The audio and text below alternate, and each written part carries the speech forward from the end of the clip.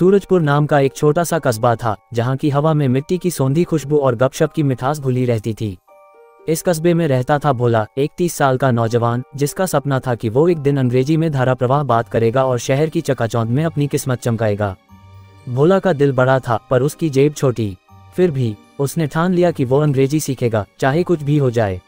एक दिन भोला को कस्बे के बाहर एक पुराने हवेली जैसे स्कूल का पता चला, जहाँ कथित तौर पर मास्टर जी अंग्रेजी सिखाते थे। लोग कहते थे कि मास्टर जी का तरीका जादुई है, जो भी उनकी क्लास में जाता है वो रातों रात अंग्रेजी बोलने लगता है। लेकिन एक शर्त थी, क्लास रात 12 बजे शुरू होती थी और कोई भी मास्टर जी का चेहरा नहीं देख सकता था। भोला के लिए ये बातें डरावनी थीं, पर अंग्रेजी सीखने का जुनून उसे उस हवेली तक खींच ले गया। रात के सन्नाटे में भोला हवेली के दरवाजे पर पहुंचा। चारों तरफ कोहरा और हवेली के बाहर एक पुराना साइन बोर्ड लटक रहा था, स्पीक इंग्लिश और वैनिश।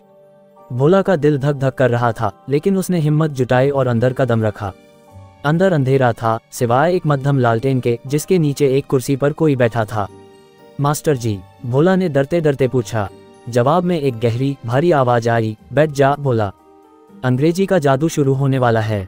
पहले दिन मास्टर जी ने भोला को एक वाक्य रटवाया, the cat is on the mat.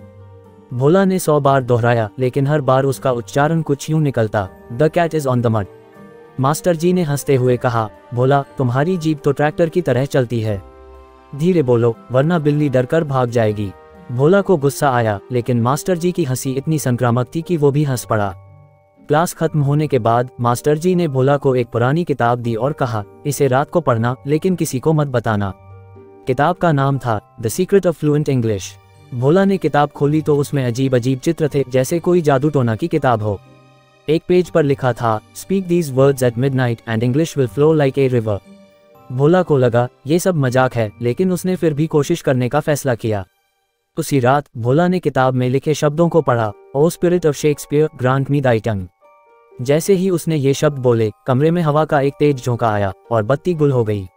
अचानक उसे एक आवाज सुनाई दी, हु डेयर्स समन मी। भोला डर के मारे कांपने लगा। उसने टॉर्च जलाई तो सामने कोई नहीं था, लेकिन उसकी किताब के पन्ने अपने आप पलट रहे थे। डर के मारे भोला ने किताब बंद की और बिस्तर में घुस गया। अगले दिन जब वो क्लास में पहुंचा तो मास्टर जी ने उसे देखकर मुस्कुराते हुए कहा, लगता है तुमने किताब खोल ली, अब तुम्हारी असली परीक्षा शुरू होगी। भोला को समझ नहीं आया कि मास्टर जी को कैसे पता चला। उस रात क्लास में एक नया स्टूडेंट आया, एक लड़की जिसका नाम था रिया। रिया शहर से थी और फर्राटेदार अंग्रेजी बोलती थी। भोला को उससे जलन हुई, लेकिन रिया ने उससे दोस्ती करने की कोशिश की। उसने बताया कि वो यहाँ इसलिए आई है क्योंकि उसे मास्टर जी के बारे में कुछ अजीब बातें पता चली हैं। रिया ने भोला को बताया कि मास्टर जी कोई आम टीचर नहीं हैं। गांव में अफवाह थी कि मास्टर जी 100 साल पुराने अंग्रेजी प्रोफेसर का भूत हैं, जो अपने स्टूडेंट्स को अंग्रेजी सिखाने के लिए हवेली में भटकते हैं। भोला को ये बात बकवास लगी, लेकिन जब उसने मास्टर जी के चेहरे को देखने की कोशिश की तो हर बार उनका चेहरा छाया में ही रहा। रिया ने भोला को एक प्लान बताया, वो दोनों मिलकर मास्टर जी की असलियत पता करेंगे। एक रात भोला और रिया ने हवेली के तहखाने में छिपकर मास्टर जी का पीछा किया।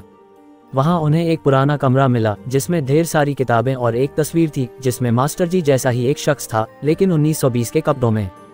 तभी अचानक दरवाजा बंद हो गया और कमरे में ठंडी हवा चलने लगी। भोला और रिया डर के मारे चीखने लगे, लेकिन तभी मास्टर जी की आवाज गूंजी, तुमने मेरा राज जान लिया, अब तुम्हें अंग्रेजी सीखनी ही पड़ेगी, वरना। मास्टर जी ने हंसते हुए कहा, वरना तुम्हें मेरे साथ हमेशा अंग्रेजी प्रैक्टिस करनी पड़ेगी। असल में मास्टर जी कोई भूत नहीं, बल्कि एक रिटायर्ड प्रोफेसर थे जो अपने अनोखे तरीके से गांव वालों को अंग्रेजी सिखाते थे।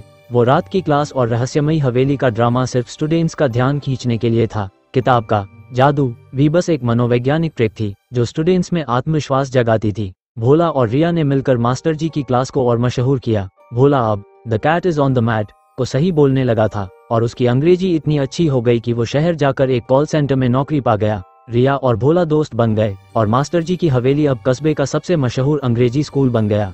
अंत में भोला ने एक दिन मास्टर जी से पूछा, सर आप इतने सालों तक चेहरा क्यों छिपाते थे? मास्टर जी ने हंसकर कहा, क्योंकि अगर मैं चेहरा दिखाता तो तुम लोग मेरी मूंछों का मजाक उड़ाते और हवेली में ठहाकों की गूंज उठी। मोरल ऑफ द स्टोरी, अंग्रेजी सीखना जादू नहीं, मेहनत और हिम्मत का खेल है। और हाँ, कभी कभी डरावनी कहानियां भी मजेदार सबक दे सकती हैं।